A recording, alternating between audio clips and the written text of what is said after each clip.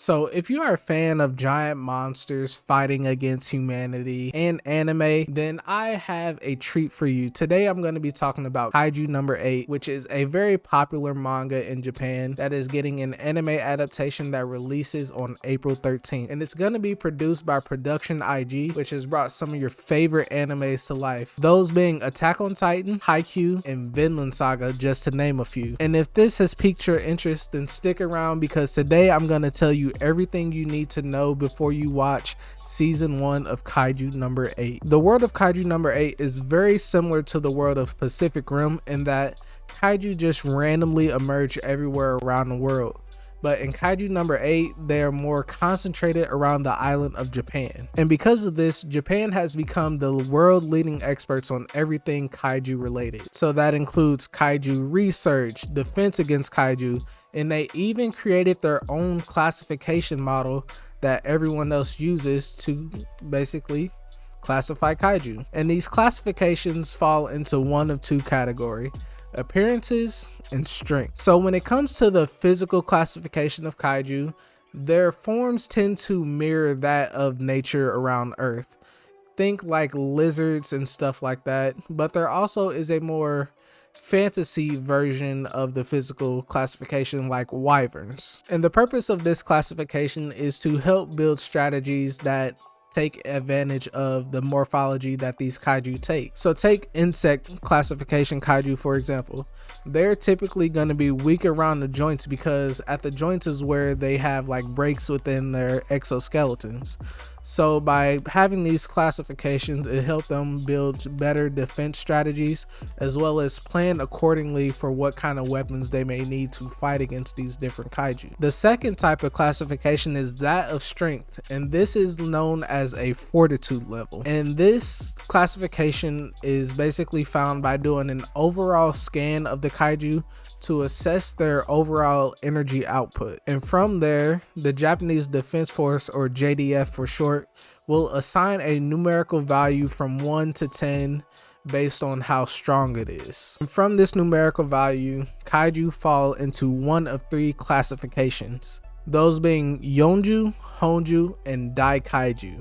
So the weakest of these three groups is going to be the Yonju, and these are typically immature kaiju that emerge with a Honju during a kaiju emergence. And Yonju usually have a fortitude level that falls below 6. Kaiju that are classified as a Honju though typically have a fortitude level of 6 or higher. And these are the main kaiju that are fought during an emergence. And these are fully developed, fully grown kaiju and have the most destructive power of the two between Honju class and Yonju class. And the final classification is a very powerful type of kaiju which has a fortitude level of 8.0 or higher, and these are known as the Dai Kaiju. There's also a subclass of Dai Kaiju known as identified kaiju or numbered kaiju, and these kaiju are typically at a fortitude level of 9 or higher. But now that you have a pretty good idea about kaiju, their classifications, and their strength, let's talk about the people that have to fight the kaiju. The Japanese Defense Force, or JDF. The Japanese Defense Force was created specifically to combat and research kaiju, and the best way to fight against a kaiju is by using their combat suits. And their combat suits were made by using the remains from different kaiju, or specifically their muscle fibers, to help augment and strengthen their soldiers. This allows soldiers to perform superhuman feats without having the drawbacks of having to wear heavy, bulky armor. But not all soldiers are able to draw out the full potential of combat suits, and so the level at which soldiers are able to draw out that power is known as combat power. So combat power is measured as a percentage at which an individual is able to draw out the full capabilities of a combat suit. And while when an individual first starts training, they are usually at a pretty low level, they are able to raise their combat power through training and combat experience. And the people who wear these combat suits are known as field officers. And field officers receive promotions based on accomplishments as well as the amount of combat power they're able to release. A typical field officer is usually able to draw up to 20% combat power from their combat suits. If someone were able to increase their combat power to about 40%, then they would be considered a platoon leader level combatant. And if you go even higher than that, vice captains and captains are able to use about 80 to 100% of their combat suit full capabilities. In addition to the combat suits, the JDF also has specialized weapons made from the remains of kaiju, and these weapons are used in the neutralization, and some of them have special properties depending on which kaiju they were made. And these weapons made by the JDF cover a wide variety of different fighting styles, whether you're a close quarter hand-to-hand combat person, whether you use bladed weapons, or if you like firearms. Whatever you excel at, they have a weapon for you. But there are also even more powerful weapons made from identified kaiju, and these are known as numbers. So number weapons are numbered in accordance to whatever kaiju that they were made from, and each of these kaiju are Daikaiju class and identified kaiju, which means their neutralization took a long time as well as a heavy toll on the JDF. And these numbered weapons typically have a special ability that comes from the kaiju that it was made from. And now that you have a good understanding for the world of Kaiju number 8, how kaiju are classified in the JDF, let's get into our main story of Kaiju number 8. So Kaiju number 8 follows 32-year-old Kafka Hibino, and he works as part of the cleanup crew who basically disposes of the remains of kaiju after the JDF has fought against them. Originally, he wanted to join the JDF to fight against kaiju after his hometown was destroyed, and him and his best friend at the time made a pact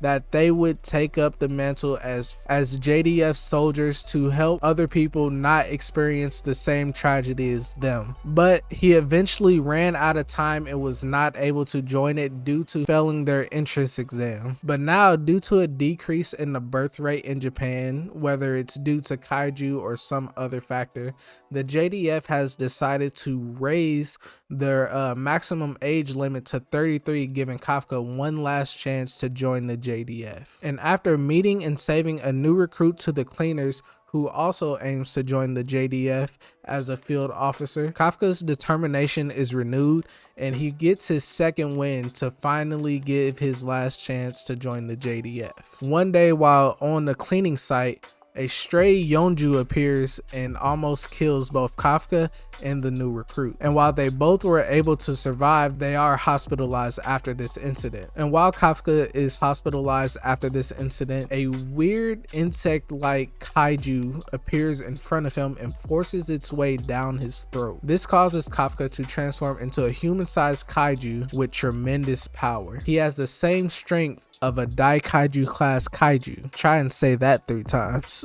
And now with his newly found kaiju powers, Kafka has to hide his new abilities while also trying to get into an organization designed to kill all kaiju. But this is his last chance to make his childhood dream a reality, and Kafka is not gonna let anything stand in his way. Will he be able to succeed in making his childhood dream come true, or is he just leading himself to an early end? And if you made it to the end of this video, I want to thank you for watching. And if you want more videos like this, like the video, subscribe to my page, and hit that notification bell so you can be notified anytime I post a new video. And if you want more anime content from me, then follow me on my social medias. And if you like this background song, then check out Purrfect Vibes from the Black Hokage. It is royalty free music.